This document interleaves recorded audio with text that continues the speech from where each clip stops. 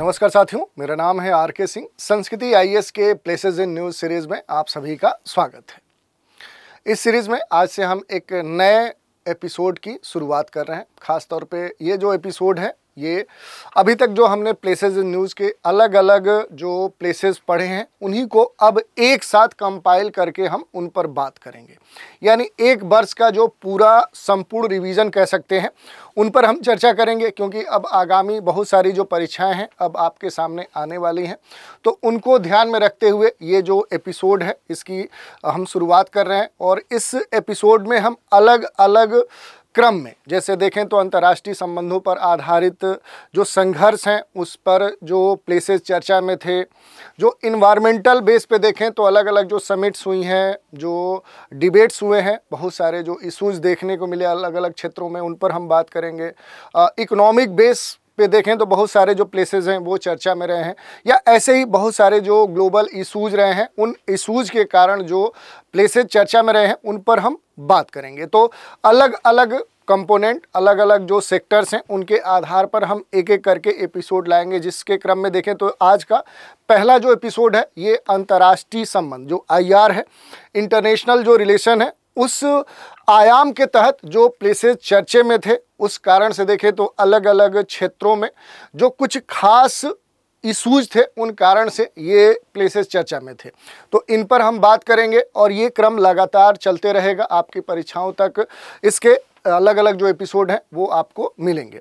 तो चलिए आज का जो एपिसोड है इसकी शुरुआत करते हैं। पहला जो एपिसोड है, पहले हमने बताया कि ये पूरी तरह से पीटी जो प्रीलिम्स एग्ज़ाम्स हैं उनको फोकस करते हुए प्रोग्राम है। इसमें खास तौर पे हम जो भी प्लेसेस लेंगे उनके लोकेशन पर हम फोकस करेंगे, यानी उसकी जो भौगोलिक अवस्थिति है वो क्या है, किस कारण से वो चर्चा में था। दूसरी बात कि उसके आसपास के जो लोकेशंस हैं जुड़े हुए, उसके आसपास के जो महत्वपूर्ण अवस्थितियां हैं वो कौन सी हैं, कौन से जगह हैं जो चर्चा में थे, तो इन पर ही हमारा मूल रूप से केंद्रित ये पूरा जो हमारा फोकस्ड प्रोग्राम होगा, क्योंकि यहीं से आपके प्रश्न पूछे जाते हैं। जो भी यूपीएससी है, स्टेट पीसीएस हैं, चाहे वो यूपी का हो, बिहार का हो, एमपी का हो, राजस्थान का हो, उत्तराखंड हो, आरओ एआरओ हो, बीओ हो, या जितने भी डिफेंस के एग्ज़ाम हैं या जो भी अदर एग्ज़ाम्स हैं, वहाँ पर भूगोल में वर्ल्ड मैपिंग के तहत ऐसे प्रश्न खूब पूछे जाते हैं जो पूरे वर्ष में कहीं ना कहीं चर्चा में रहे हैं,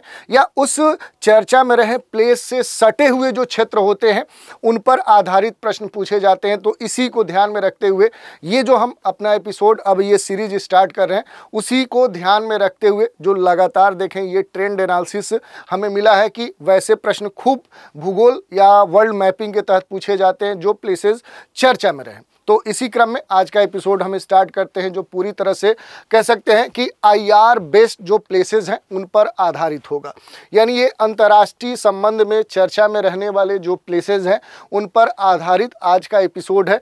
और इसमें जो महत्वपूर्ण जो प्लेसेस हैं जो पूरे वर्ष में चर्चा में थे उन पर हम फोकस करेंगे, देखने का प्रयास करेंगे कि आखिर दुनिया में उनकी अवस्थिति कहाँ पर है, उसके आसपास कौन से और लोकेशंस हैं जिन्हें आपको जानना चाहिए। ठीक है, इसी क्रम में पूरा हम एपिसोड देखने का प्रयास करेंगे। आज के एपिसोड का जो पहला हम प्लेस ले रहे हैं ये बड़ा ही चर्चा में रहा है, नागोर्नो कराबाख क्षेत्र। ये चर्चा में बहुत ही रहा है और इस कारण से यहाँ से प्रश्न बनने की सबसे अधिक संभावना बन जाती है। तो पहले हम देखेंगे कि आखिर ये जो नागोर्नो कराबाख है ये क्यों चर्चा में है। ठीक है, इसके बारे में हम देखेंगे कि नागोर्नो जो कराबाख है इसके चर्चा में होने के पीछे कारण है। आप सभी जानते हैं कि एक तरफ से क्या है कि यहाँ पर दो क्षेत्र देखने को मिलेंगे नागोर्नो कराबाख के यहाँ, कि एक तरफ आपको अजरबैजान देखने को मिलेगा, दूसरी तरफ आपको आर्मेनिया देश देखने को मिलेगा। ठीक है, इनकी अवस्थिति आपको पता होना चाहिए और इसी कारण से देखें तो इन दोनों देशों के बीच में विवाद का जो कारण है वो कौन सा है, ये नागोर्नो कराबाख क्षेत्र है। ये खूब चर्चा में रहा है। तो पहली जो अवस्थिति है आपको ये ध्यान देना है कि आखिर ये कहाँ पर देखने को मिलेगा, तो ये इसकी अवस्थिति आपको पता होनी चाहिए। तो विवाद का पहले कारण आप समझिए कि नागोर्नो जो काराबाख क्षेत्र है, यहाँ पर इस क्षेत्र में ख़ास तौर पे देखें तो इस पूरे क्षेत्र में जब रूसी जो शांति सैनिक हैं अब वो धीरे धीरे लौटना शुरू कर चुके हैं, क्योंकि अब जो नागोर्नो ये काराबाख क्षेत्र इस पर अजरबैजान का जो पूरा कह सकते हैं कि एक तरह से जो कब्जा है वो हो चुका है।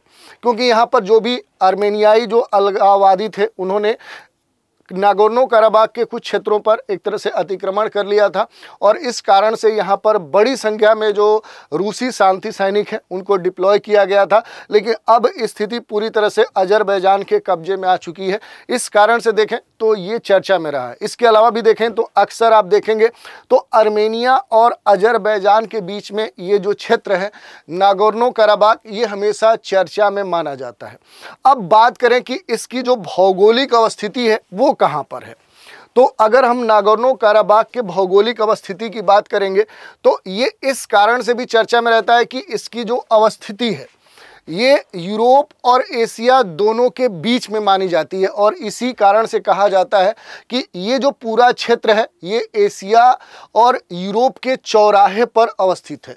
यानी एक तरफ से आप देखेंगे तो ये एशिया और यूरोप का जो मिलन स्थल है जिसे एक तरह से चौराहा कहा जाता है उसी पर इसकी अवस्थिति है। इस कारण से ये जो क्षेत्र है ये अक्सर चर्चाओं में बना रहता है और इसके पीछे एक विवाद का और भी कारण है, क्योंकि ये जो नागोर्नो काराबाख क्षेत्र है यहाँ पर ये अलग बात है कि इस पर जो अधिकार है वो अजरबैजान का है, लेकिन यहाँ पर सामान्य तौर पे देखें तो जो जनसंख्या है जो यहाँ पर लोग रहते हैं उनमें आर्मेनियाई मूल के लोगों की जो संख्या है वो सबसे अधिक है। यहाँ पर आप देखेंगे तो आर्मेनियाई जो मूल के लोग हैं उनकी जो संख्या है जो पॉपुलेशन है वो सबसे अधिक है। इसी कारण से एक तरह से देखें तो यहाँ पर निजाति या इस तरह से कह सकते हैं कि सामुदायिक स्तर पे अक्सर तनाव देखने को मिलते हैं और इसी के क्रम में जो अलगाववादी है उन्होंने कुछ इसके क्षेत्रों पर अतिक्रमण कर लिया था। तो ये भी एक महत्वपूर्ण कारण है। इसके बैकग्राउंड में हम नहीं जाएंगे, इसके बैकग्राउंड पर हमने नागोर्नो काराबाख पे एक बड़ा एपिसोड बनाया है। अगर डिटेल में आप जानना चाहते हैं इसके पूरे हिस्टोरिकल बैकग्राउंड को तो आप जाकर संस्कृति आईएएस के यूट्यूब चैनल पे इसके बारे में देख सकते हैं, प्लेलिस्ट में ये पड़ा हुआ है। अब दूसरी बात करें तो ये जो नागोर्नो काराबाख है ये इसकी जो अवस्थिति है यहाँ पर जो काकेशस पर्वतीय क्षेत्र है उसी पर्वतीय क्षेत्र में आपको देखने को मिलेगा और ख़ास तौर पे इस पर्वत का जो दक्षिण वाला जो क्षेत्र है उसमें ये आपको देखने को मिलेगा। आप देखिए पूरी तरह से क्या है कि एक स्थलबद्ध क्षेत्र है। ये क्या है, ये लैंड लॉक्ड क्षेत्र है। पूरी तरह से आप देखेंगे कि इसके चारों तरफ की जो सीमाएं हैं वो स्थलीय भूमि से घिरी हुई हैं और लेकिन एक महत्वपूर्ण बात यह है कि रणनीतिक रूप से देखें, स्ट्रेटजिक जो लोकेशन के दृष्टिकोण से देखें तो इसका महत्व काफ़ी अधिक है। तो रणनीतिक या स्ट्रेटजिक लोकेशन होने के कारण ये खास तौर पे चर्चा में रहा है। जैसा कि हमने बताया कि जो काकेशस पर्वत है इसके दो भाग होते हैं, एक इसका उत्तर वाला भाग जिसे उत्तर काकेशस हम बोलते हैं और दूसरा वाला क्या है कि इसका साउथ वाला पार्ट जिसे हम दक्षिण काकेशस बोलते हैं। दो पार्ट में ये विभाजित होता है। उत्तरी जो काकेशस पर्वतीय क्षेत्र है उसका जो विस्तार है वो आपको पूर्वी यूरोप में देखने को मिलेगा। कहाँ पर देखने को मिलेगा तो ईस्टर्न जो यूरोप है उसमें देखने को मिलेगा और वहीं जो दक्षिण वाला काकेशस का भाग है इसका जो विस्तार है वो आपको 3 देशों में देखने को मिलेगा, आर्मेनिया, दूसरा अजरबैजान और तीसरा आपको जॉर्जिया। ये 3 देशों में जो दक्षिण काकेशस वाला जो क्षेत्र है उसका विस्तार देखने को मिलेगा और जो विवादित क्षेत्र है वो अजरबैजान के हिस्से के रूप में एक तरह से नागोर्नो जो काराबाख है। तो ये मान्यता प्राप्त इस समय वैश्विक जो समुदाय है वो किसके क्षेत्र के रूप में इसे मान्यता देता है तो ये अजरबैजान के क्षेत्र के रूप में इसे मान्यता देता है। ये अलग बात है कि जाति जो बहुल समुदाय है वो आर्मेनिया का यहाँ पर सबसे अधिक है और खास तौर पे जो आर्मेनियाई है इसे आर्टशक यानी कि इस नाम से जानते हैं। तो ये एक अलग मुद्दा है। तो इसके बारे में बेसिक जानकारी हमने ली और ये जो नागोर्नो काराबाख क्षेत्र ये 2 देशों के बीच में विवाद का कारण बना रहता है। अब थोड़ा सा अन्य इससे जुड़ी हुई जो भी जानकारियां हैं उन पर अगर हम बात करें, जैसा कि हमने बताया कि जो काकेशस पर्वतीय क्षेत्र है उसका जो दक्षिण वाला जो क्षेत्र है उसे हम ट्रांसकेशिया बोलते हैं। जो दक्षिण काकेशस जो क्षेत्र है, ये जो पूरा क्षेत्र है इसे हम ट्रांसकेशिया बोलते हैं, ये आपसे पूछा जा सकता है। और दक्षिण वाला जो क्षेत्र है इसका जो विस्तार है 3 क्षेत्रों में देखने को मिलेगा। एक तरफ से आप देखेंगे तो आर्मेनिया, अजरबैजान और जॉर्जिया में इसका विस्तार 3 देशों में देखने को मिलता है। यहाँ पर एक महत्वपूर्ण नदी आपको देखने को मिलेगी जो इस पूरे क्षेत्र में आपको प्रवाहित होते हुए दिखेगी। इस नदी का नाम है कूरा रिवर। तो ये रिवर भी आपको ध्यान देना है, जो कूरा नदी है। इसके अलावा देखें तो ये जो नदी है ये पूरे इस पर्वतीय श्रेणी में शिखर से लेकर इसके सबसे निचले क्षेत्र तक ये पूरा घेरे हुए फैले हुई है। और ये जो पूरा क्षेत्र है, ये जो नागोर्नो काराबाख है, इसके दक्षिण पश्चिम में देखेंगे तो अजरबैजान का क्षेत्र देखने को मिलेगा। और इसके अगर उत्तर पश्चिम में आएंगे तो आर्मेनिया का जो क्षेत्र वो आपको देखने को मिलेगा। नागोर्नो जो काराबाख है ये यहाँ पर कुछ अगर यहाँ के वेजिटेशन की बात करें तो जो कूरा नदी यहाँ पर प्रवाहित होती है तो उससे जुड़े हुए तराई क्षेत्र आपको देखने को मिलेंगे। घने जंगल यहाँ पर देखने को मिलते हैं। कई समतल घाटियाँ और पहाड़ भी यहाँ पर आपको देखने को मिलेंगे।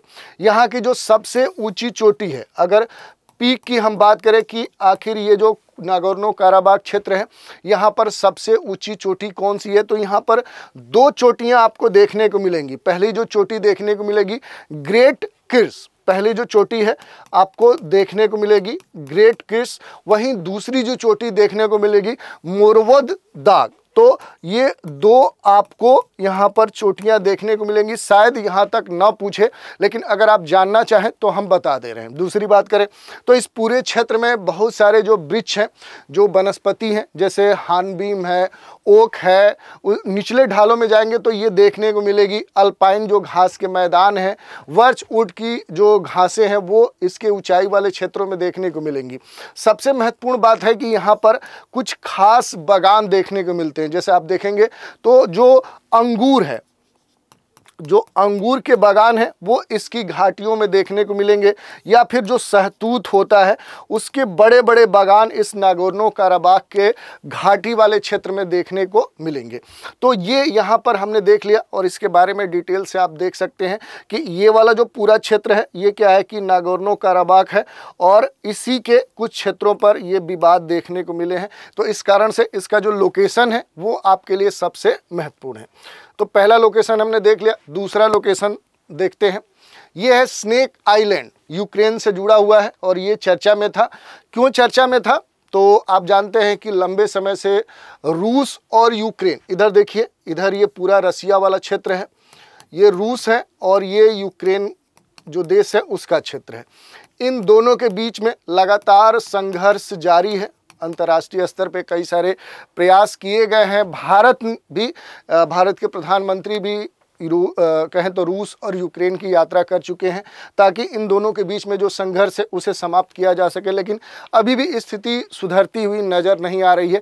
और इसी संघर्ष के क्रम में जो रूस है इसने यूक्रेन के कई सारे क्षेत्रों पर क्या किए हैं?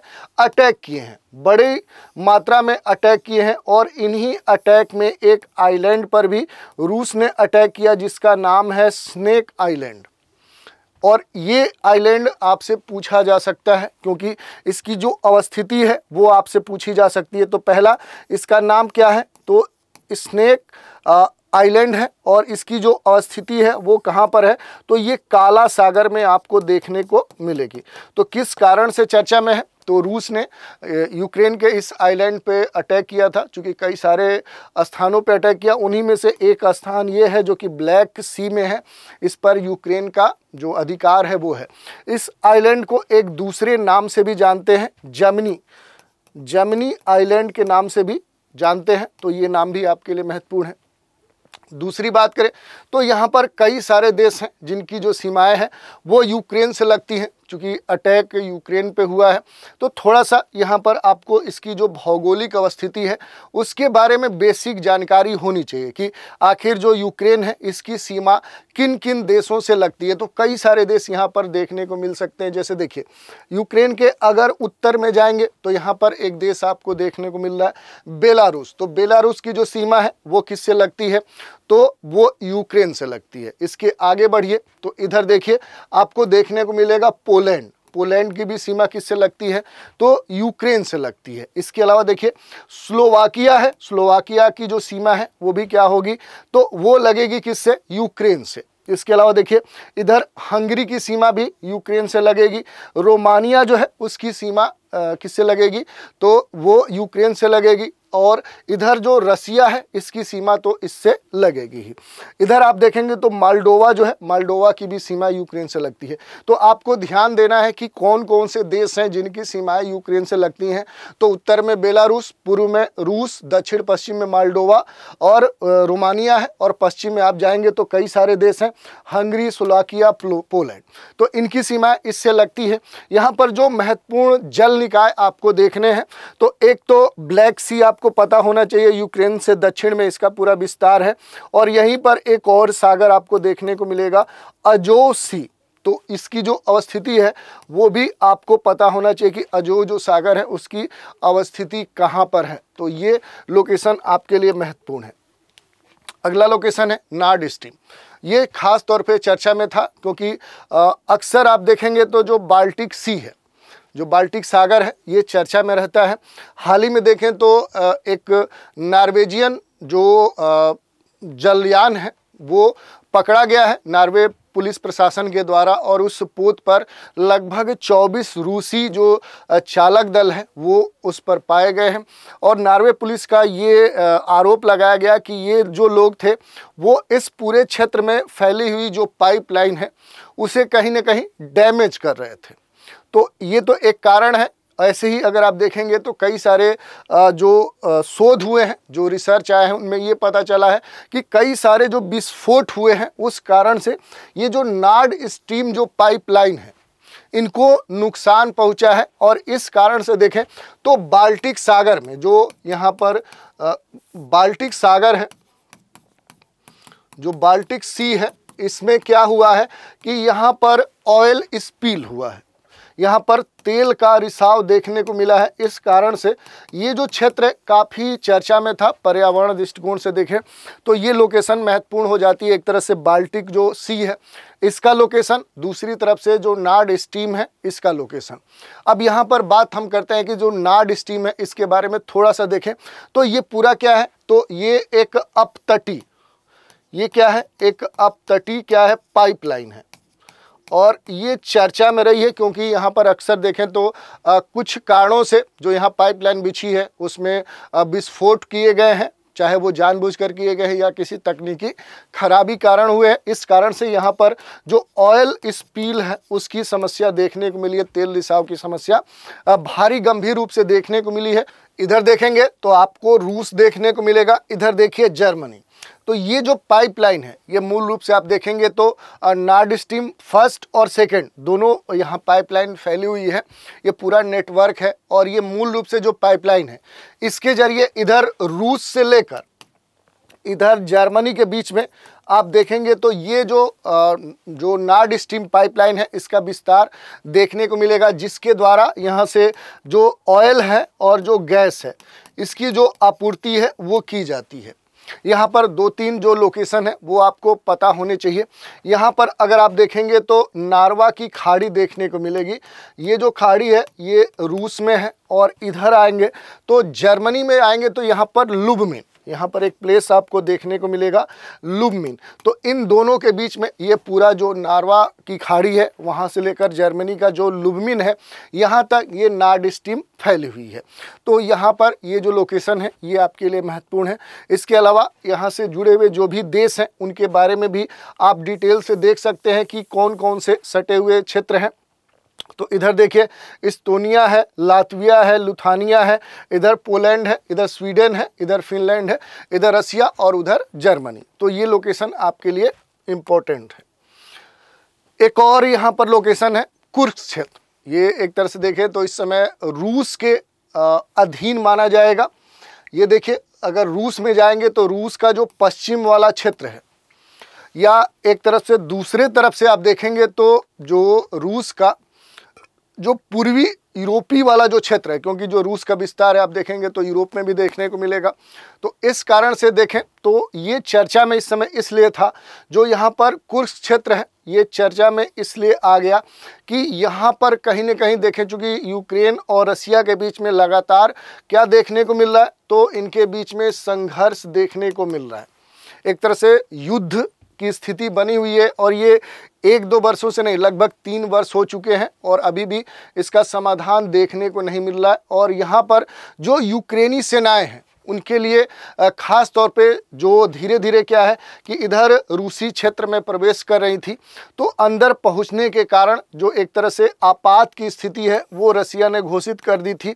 लेकिन बाद में अब जो रूस है, रूस की सेना ने पूरी तरह से इस पूरे क्षेत्र को अपने अधिकार में ले लिया है और यहाँ पर अब स्थिति सामान्य हो चुकी है। लेकिन अब ये क्षेत्र चूंकि न्यूज में आ चुका है तो आपके परीक्षा के दृष्टिकोण से महत्वपूर्ण हो जाता है। अब अगर हम बात करें कि यहाँ पर इसकी जो लोकेशन है, इसकी जो अवस्थिति है वो कहाँ पर है, तो रूस के अगर पश्चिम में आएंगे, यानी कि जो वेस्टर्न जो रसिया का पार्ट है वहाँ पर आपको देखने को मिलेगा। या इधर से अगर आप बात करेंगे तो जो पूर्वी यूरोपीय मैदान है उसमें ये फैला हुआ पार्ट है, यानी ईस्टर्न जो यूरोप है उसमें ये आपको देखने को मिलेगा। और ये खास तौर पे देखें तो यूक्रेन और जो रसिया है उनकी सीमा से लगा हुआ क्षेत्र है। इसके अलावा देखें तो यहाँ पर खास तौर पे जो कुर्स्क है, इसका जो पूरा पश्चिमी क्षेत्र है ये रूस के अधीन ही कहें तो प्रशासन के द्वारा ये संचालित होता है। और मॉस्को से लगभग आप देखेंगे तो ये लगभग 450 किलोमीटर की दूरी पर ये अवस्थित है। किससे? तो रूस की जो राजधानी मॉस्को है। इसके अलावा देखिए यहाँ पर जो आपको समझनी है वो 2-3 लोकेशन और हैं।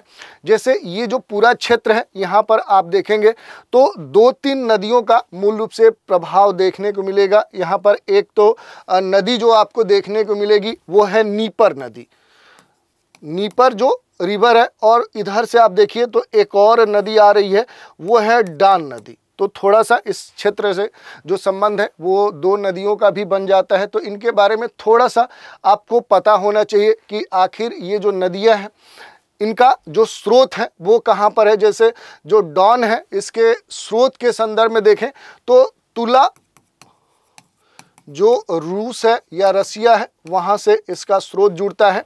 और ये जो डॉन नदी है आप देखिए इधर से आएंगे तो ये सी ऑफ अजोब है, इसी में आकर मिल जाती है। तो ये हो गया डान नदी के बारे में। दूसरा अगर देखें कि यहाँ पर जो नीपर नदी है, अगर नीपर नदी की बात करें कि जो नीपर नदी है, नीपर नदी का जो उद्गम है ये आपको पता होना चाहिए। तो इसका जो उद्गम होता है वो वल्दई जो पर्वत है रूस का, जो वल्दई पर्वतीय क्षेत्र है। और ये किस देश में अवस्थित है, तो ये रूस में ही अवस्थित है। वहीं से ये नदी निकलती है और आप देखिए नीपर आकर कहाँ मिल जाती है, तो ये जो ब्लैक सी है, यानी इस नदी का जो निकास होता है वो कहाँ पर होगा, तो वो आपको ब्लैक सी यानी काला सागर में आपको देखने को मिलेगा। तो इन 2 नदियों के बारे में भी बेसिक जो जानकारी है वो आपको पता होनी चाहिए। इनकी बाकी जो भी ट्रिब्यूटरीज हैं उनके बारे में एक बार मैप पर आप देख लीजिएगा। अगला जो लोकेशन है ये चर्चा में है, ये खास तौर पे देखिए लेबनान और बेरूत ये चर्चा में थे। आप सभी जानते हैं कि लंबे समय से जो इजराइल है, इजराइल और यहाँ के आसपास के जो क्षेत्र हैं इनके बीच में भी तनाव की स्थिति देखने को मिल रही है। इस कारण से ये अब चर्चा का विषय बने हुए। तो पहले तो आपको ये पता होना चाहिए कि लेबनान की जो भौगोलिक अवस्थिति है, जो लोकेशन है वो कहाँ पर है। तो आप देखिए इधर भूमध्य सागर आपको देखने को मिलेगा और भूमध्य सागर के अगर पूरब में आएंगे तो यहीं पर इजराइल के उत्तर में आपको लेबनान देखने को मिलेगा। थोड़ा सा इससे जुड़े हुई जो महत्वपूर्ण बातें हैं पहले उन पर हम बात कर लेते हैं कि ये चर्चा में क्यों है। तो देखिए इजराइल जो देश है, आप देखिए ये लेबनान है, एक तरह सकरी पट्टी के रूप में आप देखेंगे तो भूमध्य सागर के किनारे अवस्थित ये छोटा सा देश है। और इसके दक्षिण में आएंगे तो ये पूरा इजराइल का क्षेत्र आपको देखने को मिलेगा।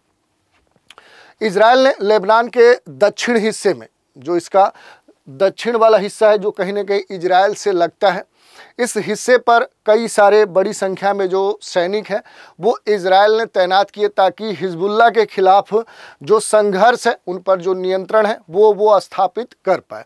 और इस कारण से लेबनान खास तौर पे चर्चा में है। इसके अगर लोकेशन की बात करें कि जो लेबनान है इसका जो लोकेशन है वो क्या है, अवस्थिति की बात करें कहाँ पर ये अवस्थित है, तो थोड़ा सा अगर किताबी भाषा के तौर पे देखें तो भूमध्य सागर के जो मेडिटेरियन सी है इसके पूर्वी भाग में आप देखेंगे तो ये एक सकरी पट्टी के रूप में आप देखें तो सकरी पट्टी के रूप में क्या है, यहाँ पर आपको लेबनान देखने को मिलेगा।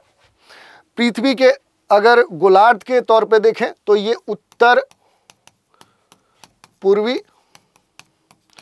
गोलार्ध का एक महत्वपूर्ण छोटा सा तटीय देश है। ये पश्चिम में देखें तो एशिया के उत्तर जो प्रायद्वीपीय क्षेत्र है उसी का एक छोटा सा देश माना जाता है। इसके अलावा देखेंगे कि कौन कौन से जो देश हैं उनसे इसकी सीमाएं लगती हैं। तो देखिए इधर देखिए, अगर इसके और पूरब में आएंगे या कहें एक तरह से देखें तो उत्तर पूरब दोनों में आप देखेंगे तो ये सीरिया है, सीरिया की सीमा इससे लगती है। दूसरा जो इजराइल है उससे इसकी सीमा लगती है। और एक तरह से देखेंगे तो समुद्री सीमा साइप्रस से भी लगती है। तो यहाँ पर 3 देश इसके दृष्टिकोण से महत्वपूर्ण हो जाते हैं। कौन कौन से देश, मूल रूप से देखेंगे तो इजराइल महत्वपूर्ण हो गया। दूसरा जो देश आपको देखने को मिलेगा वो सीरिया देखने को मिलेगा। और जो जलीय सीमा है वो क्या है, वो आपको साइप्रस से भी टच होते हुए देखने को मिलेगी। तो ये मूल रूप से यहाँ के लोकेशन है। इसके अलावा थोड़ा सा इसके बारे में जो बेसिक जानकारी है उस पर भी हम बात कर लेते हैं।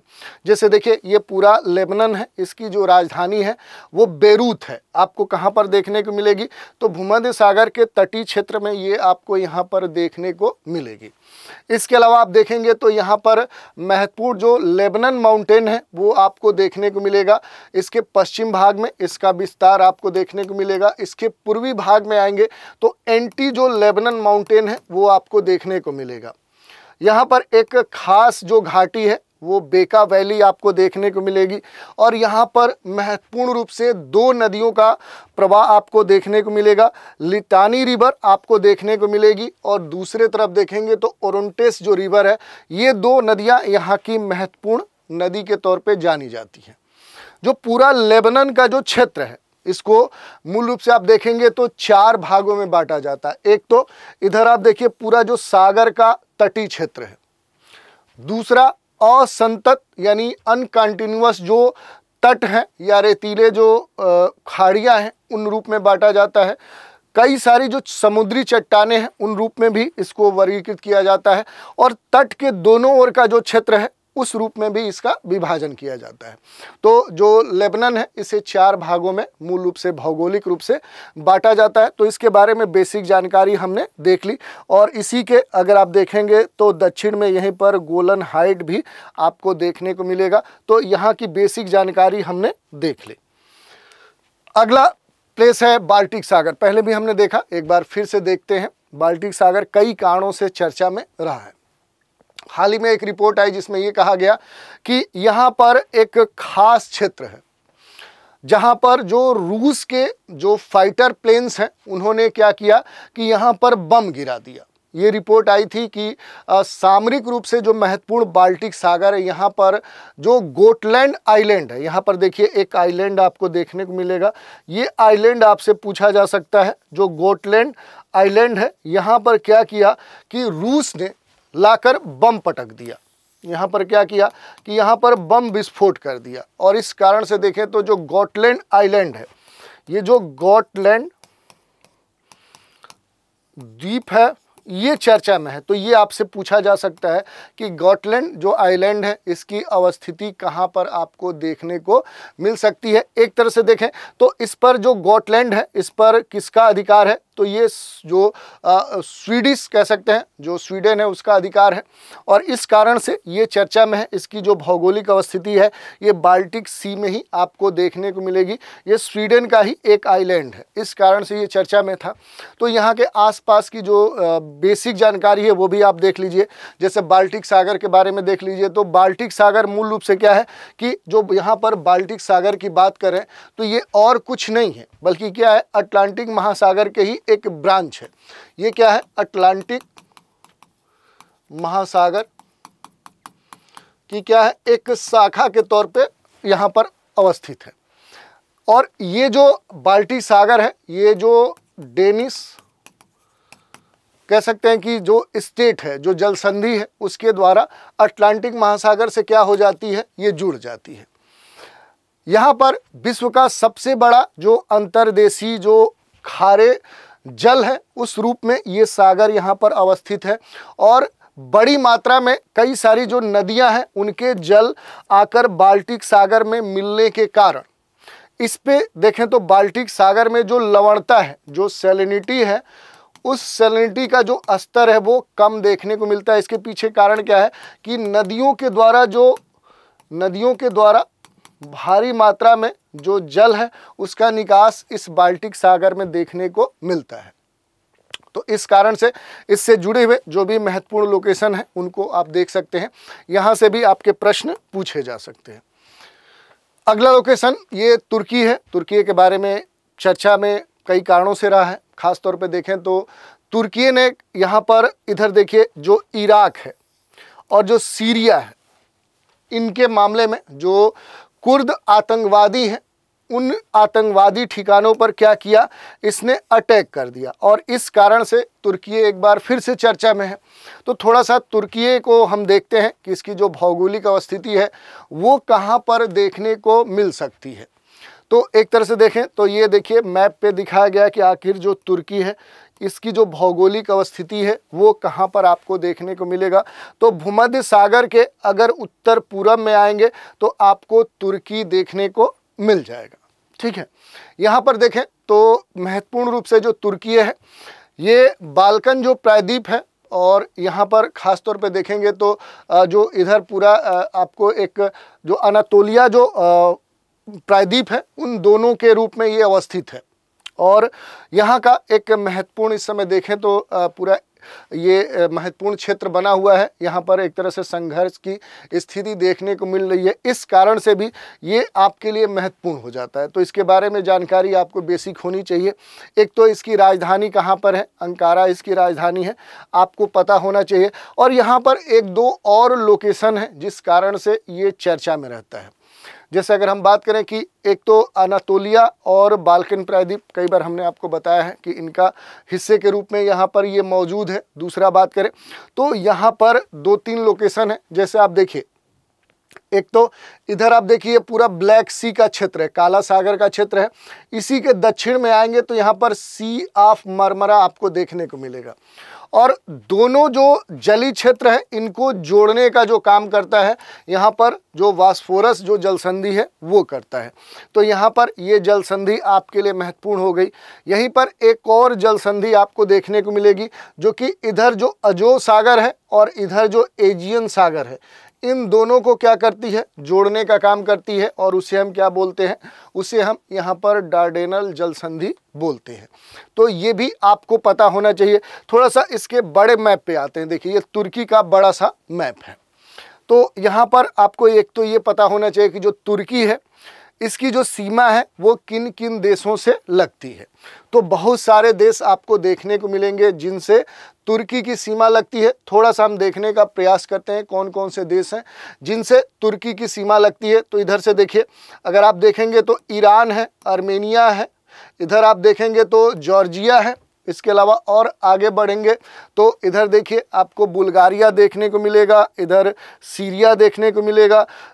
ये बहुत सारे देश हैं Georgia, Armenia, Azerbaijan, Iran, Iraq, Syria, ये सारे क्या है, बुल्गारिया, ये सभी से इसकी सीमा साझा होती है। और इसी कारण से कई देशों से सीमा साझा होने के कारण इस देश की सीमाओं पर तनाव देखने को मिलता है।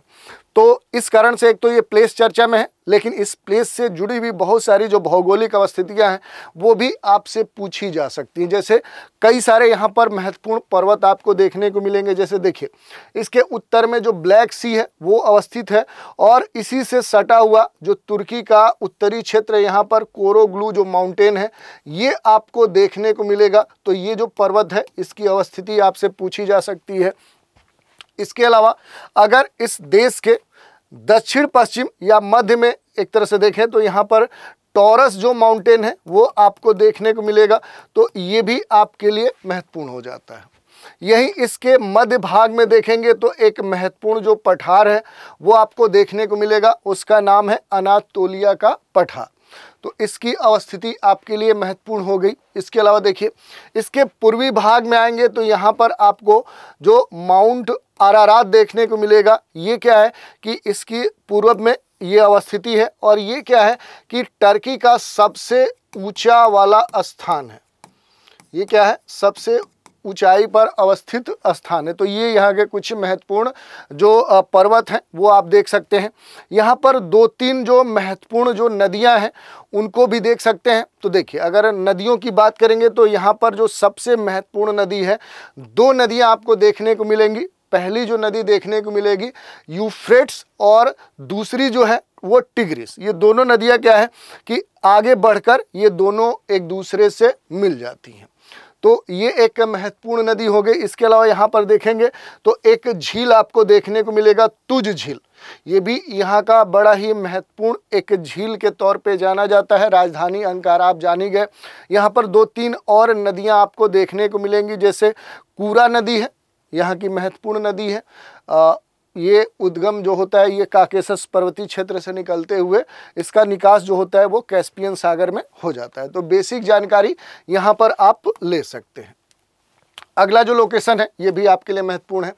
अदन की खाड़ी क्यों चर्चा में है ये पहले हम देख लेते हैं।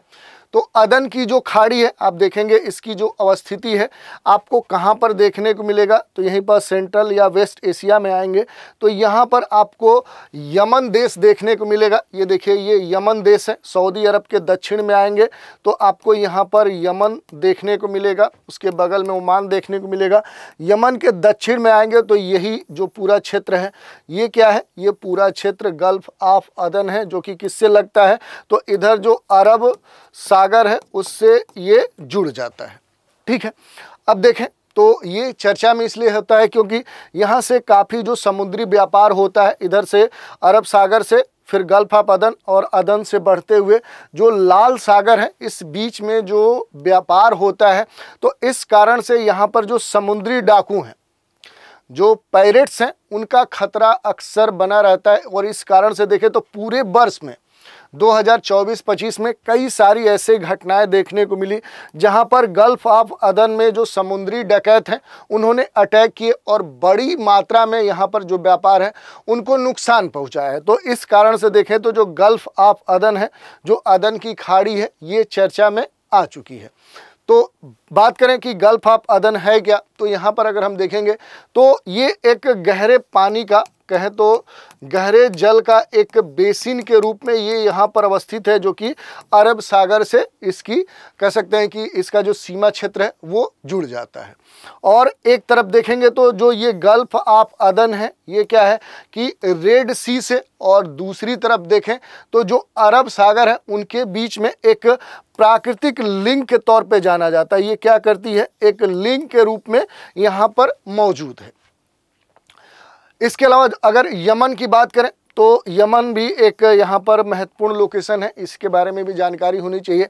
एक संप्रभु ये राष्ट्र है, इसका जो क्षेत्रफल है लगभग देखेंगे तो 5,27,000 वर्ग किलोमीटर में फैला हुआ है। उत्तर पूर्वी गोलार्ध में अवस्थित ये बड़ा ही महत्वपूर्ण देश है, और इसकी जो मुख्य भूमि है ये पूरा जो अरब प्रायद्वीप है उसी के दक्षिण में ये अवस्थित आपको देखने को मिलेगा।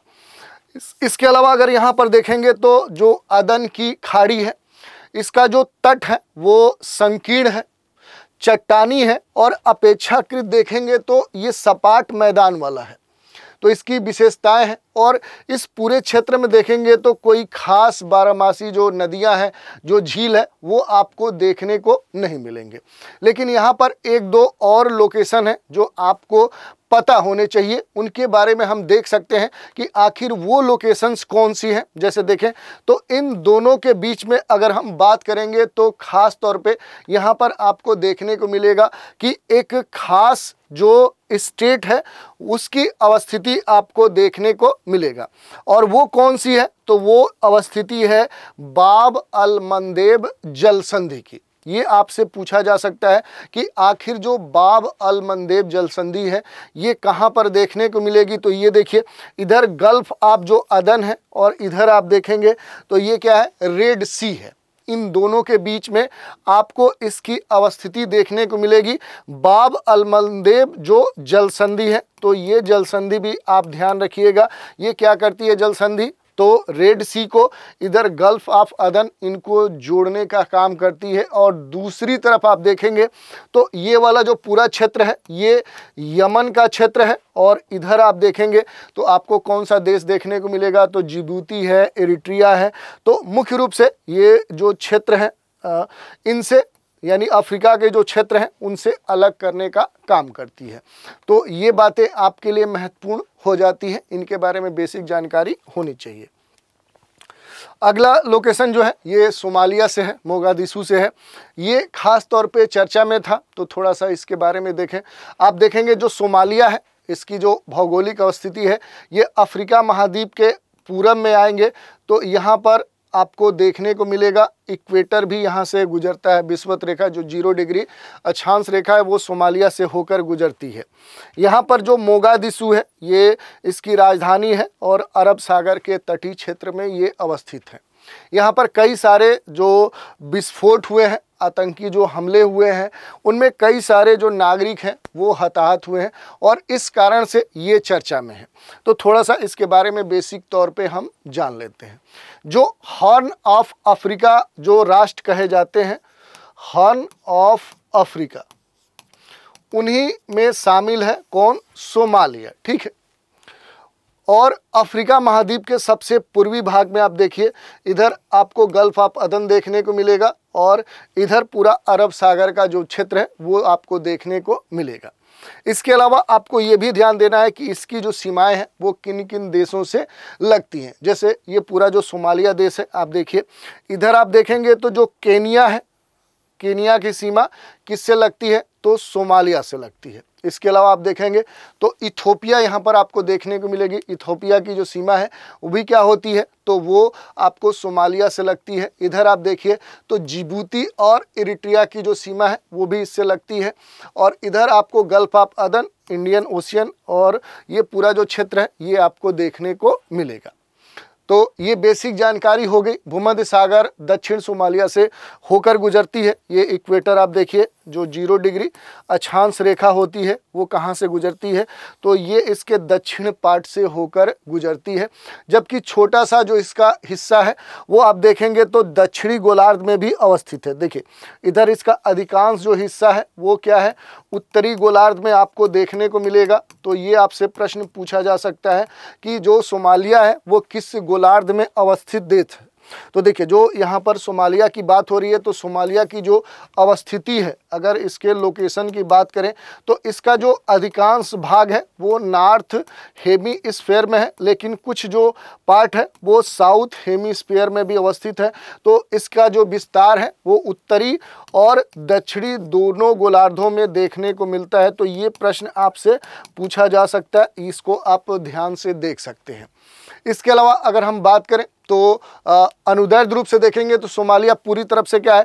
ये तो उत्तर दक्षिणी गोलार्ध हो गया और एक तरह से ये पूर्वी गोलार्ध में पूरी तरह से अवस्थित है। तो इसको भी आपको पता होना चाहिए। ठीक है। दूसरी बात करें तो यहाँ पर एक तरह से सुदूर उत्तर में देखेंगे तो संकीर्ण जो रेगिस्तानी मैदान है वो आपको देखने को मिल सकते हैं। कई सारी जो पहाड़ियाँ हैं वो देखने को मिल सकते हैं। अर्ध रेगिस्तान आपको देखने को मिल सकते हैं। यहाँ पर दो महत्वपूर्ण जो नदी है वो आपको ध्यान देना है। पहली जो नदी है वो जूबा नदी है और दूसरी जो नदी है वो सिबिले नदी है। इन दोनों नदियों को खास तौर पे आपको ध्यान रखना है। और इधर पूरा आप देखेंगे तो एक तरह से बड़े बड़े जो घास के मैदान या अर्ध रेगिस्तान तटीय जो क्षेत्र हैं वो आपको देखने को मिल सकते हैं। तो इसके बारे में हमने बेसिक जानकारी ले ली। अगला जो प्लेस है वो है अब्बू मूसा आइलैंड। ये बड़ा ही चर्चा में रहा है, तो इसके बारे में देखें कि ये जो अब्बू मूसा जो आइलैंड है आखिर ये क्यों चर्चा में है। तो देखिए खास तौर पे इसके बारे में अगर हम बात करें तो अब्बू मूसा और इसके आसपास के जो एक दो आइलैंड हैं ये चर्चा में है। क्यों चर्चा में है तो देखिए इनके बारे में देखें तो विवादित ये जो अब्बू मूसा जो आइलैंड है इसके दो जो छोटे छोटे आइलैंड यहाँ पर देखने को मिलेंगे। देखिए यहाँ पर आपको दो आइलैंड देखने को मिलेंगे, एक ग्रेटर टॉम देखने को मिलेगा, एक लेसर टॉम देखने को मिलेगा। इन दोनों पर ईरान की जो संप्रभुता है, जो ईरान का अधिकार है, उस पर सवाल अक्सर उठाने के क्रम में देखें तो विवाद देखने को मिलता है। और हाल ही में चीन और संयुक्त अरब अमीरात ने भी एक बार फिर से इस पर प्रश्न उठाया था। और इसी कारण से जो यहाँ पर ईरान है, ईरान ने चीनी जो राजदूत हैं उनको तलब किया और ये जो मुद्दा है एक तरह से अंतर्राष्ट्रीय स्तर पे उठा।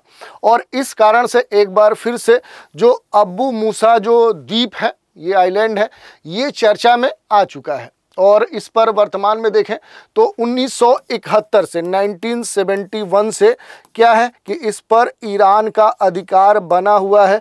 लेकिन अक्सर जो यूएई है, ये वाला जो देश है, ये क्या करता है, इस द्वीप पर अपने अधिकार का दावा करते रहा है।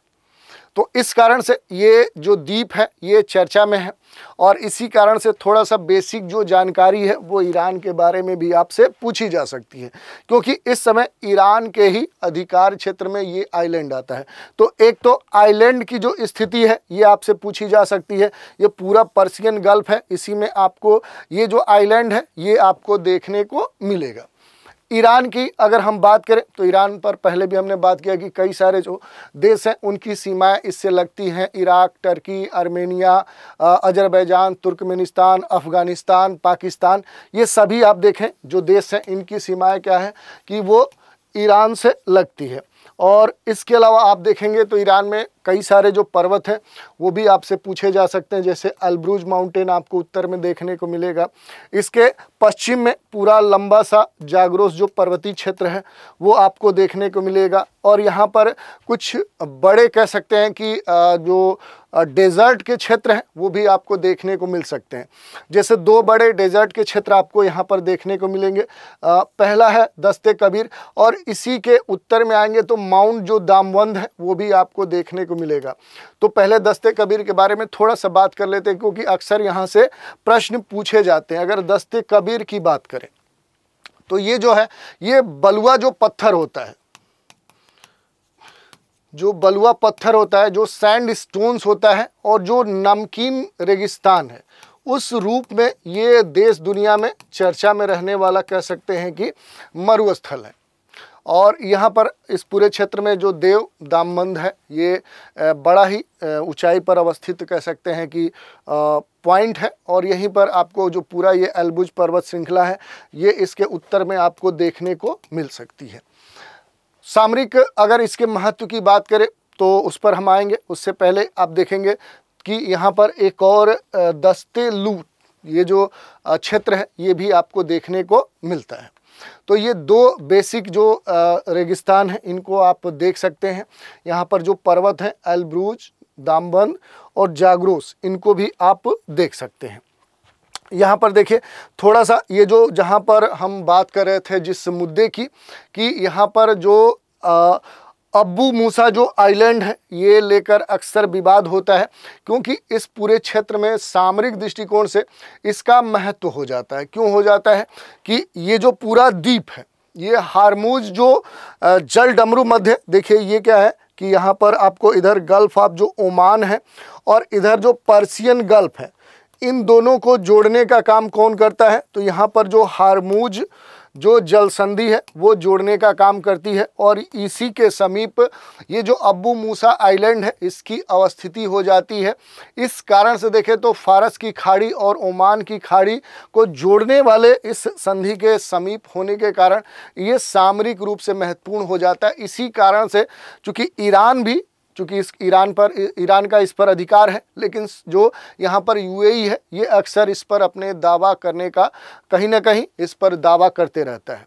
विश्व का जो कुल तेल का जो व्यापार होता है उसका लगभग 5वां हिस्सा इस क्षेत्र से, या कह सकते हैं कि जो रूट ऑफ हारमुज स्टेट है इससे होकर गुजरता है। तो एक तरह से इसका जो महत्व है वो सामरिक महत्व भी है, सामरिक दृष्टिकोण से ये महत्वपूर्ण है। दूसरे तरफ से देखें तो आर्थिक दृष्टिकोण से भी क्या है, ये एक बड़ा ही महत्वपूर्ण रूट माना जाता है जो हारमुज जल संधि वाला जो क्षेत्र है। और इसी कारण से यहाँ पर अब्बू जो मूसा आइलैंड है और इससे सटे हुए इसके जो 2 छोटे आइलैंड हैं वो चर्चा में थे। तो ये हमने देख लिया। एक और यहाँ पर आप देखिए महत्वपूर्ण कह सकते हैं कि आइलैंड चर्चा में है, ये है सेनकाकू। ठीक है, ये चर्चा में आइलैंड है क्योंकि यहाँ पर जो इसकी अवस्थिति है ये कई बार विवादों का कारण बनते रही है। अब देखिए इधर ताइवान है, ताइवान के उत्तर पूर्व में इसकी अवस्थिति है। जापान, यूएसए ने संयुक्त बयान जारी करते हुए ये जारी बयान किया, और चीन के द्वारा जो सेनकाकू जो आइलैंड है इस द्वीप की जो यथास्थिति है इसके बारे में जो एक बयान आया था, उस कारण से इन देशों के बीच में इस द्वीप को लेकर एक तनाव की स्थिति उत्पन्न हो गई। और ये तनाव की जब स्थिति उत्पन्न हुई उसके बाद से क्या है कि ये जो आइलैंड है ये चर्चा में बन गया। तो थोड़ा सा इसके बारे में बेसिक जानकारी हम देखेंगे। जैसे चीनी भाषा में इसको अलग नाम से जानते हैं, जापानी भाषा में इसे अलग नाम से जानते हैं, और यहाँ के जो द्वीप हैं वो वहाँ के जो लोग हैं वो अलग नाम से जानते हैं। जैसे अगर हम चीन में बात करें, चीन के जो लोग हैं इस सेनकाकू जो आइलैंड है इसको दिया ओयू द्वीप कहते हैं। क्या बोलते हैं? दिया यो आइलैंड बोलते हैं। सेनकाकू द्वीप मूल रूप से देखें तो ये पूरा पूर्वी जो चीन सागर है, जो पूर्वी चीन सागर है उसी में इसकी अवस्थिति आपको देखने को मिल सकती है। ओकिनावा द्वीप के बगल में ये आपको देखने को मिल सकता है। इसके बारे में बेसिक जो जानकारी है वो भी आप देख सकते हैं। इसके अलावा देखें तो जो यहाँ पर जो पूरा ये क्षेत्र है चाइना जापान के बीच में ये जो आइलैंड है ये मूल रूप से डिस्प्यूट का कारण बना हुआ है, और ये आज से नहीं, ये काफ़ी लंबे समय से बना हुआ है। और जब भी अमेरिका इसमें कूदता है तो इसकी जो स्थिति है और भी ख़राब हो जाती है। तो आपको इस द्वीप के बारे में जो बेसिक जानकारी है वो पता होना चाहिए। ख़ास तौर पर यहाँ पर जो सेनकाकू जो आइलैंड है और इस पर जो विवाद है, इसमें अगर देखेंगे तो ये जो आइलैंड है एक तरह से निर्जन द्वीपों का एक समूह है। इसमें कई सारे छोटे छोटे जो आइलैंड है वो देखने को मिलते हैं, जिन्हें सेनकाकू द्वीप, और देखें तो दोनों देशों के बीच में चीन और यहाँ जापान के बीच में अक्सर कहें तो तनाव की स्थिति देखने को मिलती है। जो सेनकाकू द्वीप श्रृंखला है इस पर 1972 से क्या है कि जो जापान है वो क्या है एक तरह से अधिकार बनाए हुए हैं यहाँ पर, वो उसके अंतर्गत ये शासित हैं। लेकिन स्थिति अब तक क्या है कि ये विवादित रही है, और दोनों जो देश हैं चीन और जापान इसको लेकर अक्सर दावा करते हैं, और इस कारण से स्वामित्व को लेकर इन दोनों के बीच में विवाद देखने को मिलता है। हाल ही में दक्षिणी जापान की एक स्थानीय जो परिषद है उसने सेनकाकू जो आइलैंड है इस वाले जो क्षेत्र है इसका नाम बदल दिया, टोनोसीरो रख दिया। क्या कर दिया? इसे टोनोसीरो रख दिया, टोनोसीरो। और इस टोनोसीरो नाम रखने के कारण एक बार फिर से जो सेनकाकू आइलैंड है ये चर्चा में आ गया, और चीन को लेकर चीन और जापान के बीच में फिर तानातनी देखने को मिली। इसमें अगर हम बात करें सबसे जो महत्वपूर्ण बात देखने को मिलती है वो इस द्वीप के अधिकार को लेकर। जैसे अगर बात करें कि जापान का जो इस द्वीप को लेकर जो अब तक का रुख देखने को मिला है, तो प्रशासनिक जो भ्रम है उसका जो समाधान की बात करें कि नाम परिवर्तन अक्सर जैसे टोनोसीरो कर दिया, तो इस तरह की जो बातें हैं वो कहीं न कहीं इसके संपूर्ण समाधान को ध्यान में रखते हुए किया जा रहा है। लेकिन चीन की जो बढ़ती यहाँ पर मौजूदगी है वो इस समय चर्चा का विषय बनी हुई है, क्योंकि इस द्वीप के किनारे देखेंगे तो चीन की जो मौजूदगी है वो हाल के दिनों में काफ़ी तेज़ी से बढ़ी है, और इस कारण से जो क्षेत्रीय अखंडता है उसको लेकर जापान हमेशा परेशान रह रहा है, और इसी कारण से उसने इस द्वीप का नाम बदलने की भी बात कही। इस पूरे मुद्दे में देखें तो जो यूएसए है, जो सुपर पावर अमेरिका है, उसका जो समर्थन है जो जापान के साथ रहा है, क्योंकि पारस्परिक जो रक्षा संधि है वो जापान के साथ है, और यदि जापानी क्षेत्र पर किसी भी दूसरी शक्ति का हमला होता है तो फिर संयुक्त राज्य अमेरिका को इसकी रक्षा के लिए क्या करना होगा, चीन से लड़ना होगा। तो इस कारण से ये जो द्वीप है इस समय खास तौर पे देखें तो अब चीन और दूसरे तरफ अमेरिका के बीच में भी विवाद का अप्रत्यक्ष कारण बनता दिख रहा है। चीन का इस द्वीप को लेकर जो रुख है उसकी अगर बात करें कि चीन की जो क्षेत्रीय संप्रभुता है, तो जापान का जो विधेयक है वो चीन की क्षेत्रीय जो संप्रभुता है उसके लिए गंभीर उकसावे वाला हो सकता है, या जो नाम बदलने की प्रक्रिया है ये चीन के लिए एक समस्या हो सकती है और संकट का खतरा भी उत्पन्न हो सकता है, क्योंकि इस नाम बदलने और इसको लेकर अगर कोई इस तरह का विधेयक जापान में पारित होता है तो फिर आने वाले समय में चीन जो है वो इस आइलैंड पे दावा नहीं कर सकता या इस पर अधिकार नहीं कर सकता। तो इस तरह से हमने डिटेल में इस सेनकाकू आइलैंड और इससे जुड़े हुए जो विभिन्न मुद्दे हैं उन पर भी हमने बात की। तो ये पूरा एक लंबा चर्चा था जिसमें हमने आईआर से जुड़े हुए बहुत सारे जो लोकेशंस हैं उन पर बात की, क्यों वो विवाद में थे, क्यों चर्चा में थे, उनसे जुड़े हुए जो भी लोकेशंस हैं उन पर बात की। अब इसी से जुड़ा हुआ कुछ और भी प्लेसेस हैं जो पूरे वर्ष में सुर्खियों में रहे हैं, यहाँ पर कोई ना कोई संघर्ष देखने को मिला है और उनके आसपास के जो क्षेत्र हैं वो चर्चा में रहे। तो थोड़ा सा जल्दी इनके बारे में हम देखते हैं कि कौन से क्षेत्र रहे हैं। सबसे पहले हम कहाँ पर आते हैं, तो हम आते हैं दक्षिण पूर्व एशिया में, साउथ ईस्ट एशिया में आते हैं। तो यहाँ पर कई सारे जो स्थान है वो चर्चा में रहे हैं, और आप देखेंगे कि हर वर्ष साउथ ईस्ट एशिया से जो प्रश्न है वो पूछे जाते हैं, चाहे उनके क्रम को सजाने के दृष्टिकोण से देखें, उत्तर से दक्षिण क्रम को देखें, वहाँ पर कोई जल संधि है उसके बारे में देखें, जो देश है उनकी राजधानियों से जुड़े हुए, तो इस तरह के जो प्रश्न हैं वो आपसे पूछे जाते हैं। तो उस दृष्टिकोण से जो भी चर्चा में रहने वाले प्लेसेस हैं उनके बारे में थोड़ा हम बात कर ले। जैसे थाईलैंड खास तौर पर चर्चा में था, पटानी संघर्ष यहाँ पर देखने को मिला, क्योंकि कई सारे जो गुट हैं उनके और सरकार के बीच में संघर्ष देखने को मिला। कारण यही था, जो भी निर्जाति और धार्मिक स्तर पे यहाँ पर स्वायत्तता की मांग की गई, इस कारण से थाईलैंड चर्चा में था। दूसरी बात करें तो यहाँ पर इंडोनेशिया भी खास तौर पे चर्चा में था, क्योंकि यहाँ पर जो पश्चिम पापुआ न्यू गिनी है, जो पश्चिम पापुआ जो न्यू गिनी है, तो इसकी जो अवस्थिति है डिटेल में आप देख लीजिएगा। यहाँ पर इंडोनेशिया के जो अलग अलग जो आइलैंड हैं उनकी जो अवस्थिति है, उनका जो क्रम है, उनको एक बार डिटेल से आप देख लीजिएगा। उसी में से पश्चिमी जो पापुआ जो है वहाँ पर खास तौर पे इंडोनेशिया सरकार बनाम आप पापुआ मूवमेंट के कारण तनाव देखने को मिला। कारण यहाँ भी वही था, स्वतंत्रता आंदोलन, संसाधनों का जो दोहन है, सांस्कृतिक जो दमन है, उस कारण से यहाँ पर इस तरह की जो स्थिति है वो देखने को मिली। यहाँ पर फिलीपींस भी खास तौर पे चर्चा में था। इधर आप देखेंगे तो म्यांमार बड़े स्तर पे यहाँ पर चर्चा में था। यहाँ का जो काचीन प्रांत है, ये आप देख लीजिएगा, जो काचीन प्रांत है ये चर्चा में था, क्योंकि यहाँ पर कई सारे जो गुट्स हैं, जो म्यांमार सेना बनाम जो कचिन इंडिपेंडेंस जो आर्मी है उनके बीच में तनाव देखने को मिला। फिर वही स्थिति थी, निर्जाति जो स्वायत्तता है, संसाधन वितरण है, उसको लेकर ये स्थिति यहाँ पर देखने को मिली। अब थोड़ा सा इधर अफ्रीका में आ जाते हैं। अफ्रीका में आप जानते हैं जो साहेल क्षेत्र है ये अक्सर चर्चा में रहा है। अगर इधर आप देखेंगे तो ये पूरा सहारा जो सहारा का क्षेत्र, उसके अगर दक्षिण में आएंगे तो ये एक पट्टी के रूप में आप देखेंगे तो अफ्रीका में फैला हुआ जो क्षेत्र है ये साहेल क्षेत्र के नाम से जाना जाता है। और इसी क्षेत्र में जो माली, बुर्किना फासो, जो नाइजर है, इन देशों की जो सरकारें हैं और वहाँ पर जो बहुत सारे जिहादी जो गुट हैं उनके बीच में देखें तो विवाद देखने को मिला। और इस कारण से यहाँ पर ये जो साहेल क्षेत्र है ये चर्चा में है, तो एक बार इसको आप ध्यान रखिएगा। इसके अलावा अगर हम बात करेंगे तो यहाँ पर इथोपिया भी खास तौर पे चर्चा में है, क्योंकि यहाँ पर जो इथोपियाई सरकार है और वहाँ के कई सारे जो गुट्स हैं, जैसे टाइग्रे पीपुल्स लिबरेशन जो फ्रंट है, जो TPLF है, उनके बीच में विवाद देखने को मिला। राजनीतिक सत्ता संघर्ष और स्वायत्तता की मांग को लेकर ये जो इथोपिया है ये खास तौर पे चर्चा में था।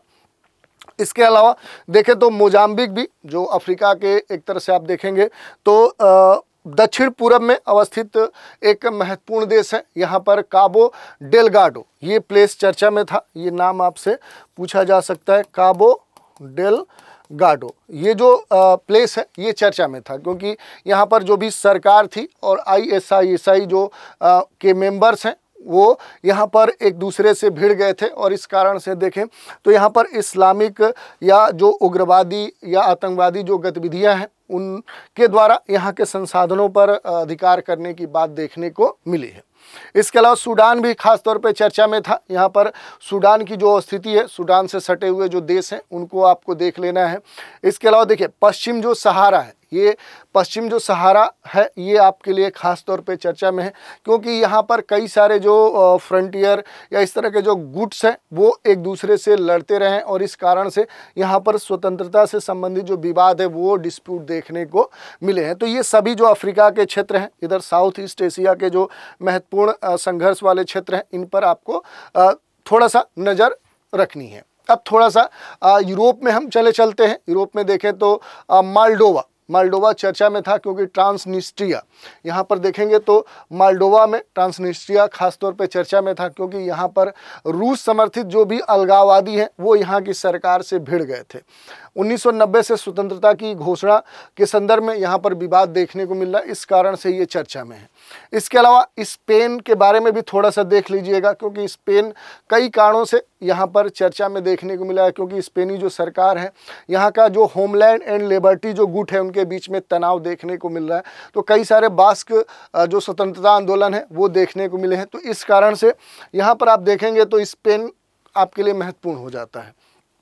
इसके अलावा कुछ क्षेत्र हैं जैसे रूस। अगर रूस की हम बात करें तो रूस का जो चेचनिया है ये आपके लिए महत्वपूर्ण है। चेचनिया क्षेत्र अक्सर चर्चाओं में रहा है, क्योंकि यहाँ पर जो चेचनिया अलगाववादी हैं वो रूसी सरकार से हमेशा लड़ते रहते हैं। तो इस कारण से यहाँ पर स्वतंत्रता आंदोलन और स्वायत्तता का आंदोलन देखने को मिला। तो ये क्षेत्र भी आपके लिए महत्वपूर्ण है। इसके अलावा अगर आप देखेंगे तो मूल रूप से इस पूरे क्षेत्र में जाएंगे तो जॉर्जिया के बारे में हमने डिटेल से बात भी की कि दक्षिण जो ओसेशिया और जो यहाँ के अन्य क्षेत्र हैं वहाँ पर अक्सर तनाव देखने को मिलता है। अब थोड़ा सा पश्चिम एशिया के क्षेत्र जो हैं वो चर्चा में रहे, उनके बारे में थोड़ा सा देख लें। जैसे यमन के बारे में हमने पहले भी बात की और एक बार फिर से यमन चर्चा में है, क्योंकि दो बातें यहाँ पर हैं। क्योंकि यमन के नीचे आएंगे तो जो यहाँ पर अदन की खाड़ी है वो तो चर्चा में थी ही, यहाँ पर हार्मुज जल संधि आपको देखने को मिलेगी। इसके अलावा यमन में गृह युद्ध की स्थिति देखने को मिली, क्योंकि यहाँ पर जो हूती जो गुट्स हैं वो काफ़ी मजबूत हैं और वो यहाँ पर कहीं ना कहीं यमन की जो सरकार है उसके सामने जो समस्या है वो उत्पन्न कर रहे हैं। तो ये जो यमन है इसके बारे में बेसिक जो जानकारी है वो आपको यहाँ पर रखना है। जो कुर्द क्षेत्र है ये भी चर्चा में है, क्योंकि यहाँ पर जो सीरिया है, इज़राइल है, बाकी जो इराक है, इनके कारण ये जो पूरा क्षेत्र ये चर्चा में रहा है। तो इनके बारे में भी बेसिक जानकारी आपको होनी चाहिए। इसके अलावा ये पूरा जो क्षेत्र है लाल सागर के बारे में भी हमने बताया कि ये चर्चा में था और कारण यही था कि लाल सागर से जुड़े हुए जो भी नियंत्रण और लाल सागर से सटे हुए जो क्षेत्र हैं वहाँ पर बाब अल मंदेब जो जल संधि है वहाँ से वैश्विक जो व्यापार हो रहा है, वहाँ पर कहीं ना कहीं देखें तो जो ऑयल शिपमेंट है उसको लेकर जो चेक पॉइंट है वहाँ पर उन चेक पॉइंट पर अक्सर विवाद देखने को मिला है। इस कारण से भी ये जो स्थिति है ये इस समय खतरनाक बनी हुई है। तो ये प्लेसेस चर्चा में है। भारत का जो ऑपरेशन संकल्प है ये इस मामले में एक खास मुद्दा बन चुका है, क्योंकि भारतीय जो नौसेना है इसने भारतीय जहाज़ों की सुरक्षा सुनिश्चित करने के लिए ऑपरेशन जो संकल्प है वो शुरू किया है। तो ऑपरेशन जो संकल्प है ये एक बार आप थोड़ा सा देख लीजिएगा। जो ऑपरेशन जो संकल्प है ये अपनी जलयानों के लिए या ऑयल जो शिपमेंट है उसकी सुरक्षा के लिए भारत सरकार के द्वारा संचालित एक मिशन है। तो इस तरह से आज के एपिसोड में हमने डिटेल से जो भी पूरे वर्ष भर में जो भी अलग अलग दुनिया के क्षेत्रों में जो अंतर्राष्ट्रीय संबंध है उस संबंध के संदर्भ में जो भी विवाद वाले क्षेत्र थे या अलग अलग क्षेत्रों में जो भी किसी कारणवश जो भी विवादित क्षेत्र थे उन पर हमने खास तौर पे बात की, उनके लोकेशन को देखा, उनके आसपास के जो भी महत्वपूर्ण जो क्षेत्र हैं उन पर चर्चा की। तो आज के एपिसोड में इतना ही रखते हैं। आज का एपिसोड कैसा लगा अपनी प्रतिक्रिया हमें ज़रूर भेजिए। अगर आज का एपिसोड आपको अच्छा लगा तो वीडियो को लाइक शेयर कमेंट कीजिए, और इस एपिसोड के बाद अगला जो एपिसोड होगा उसमें एक अलग डायमेंशन पर आधारित जो भी महत्वपूर्ण प्लेसेस हैं उन पर चर्चा के साथ फिर हम आपसे मिलेंगे। तो आज के एपिसोड में आप सभी हमारे साथ बने रहें, इसके लिए धन्यवाद।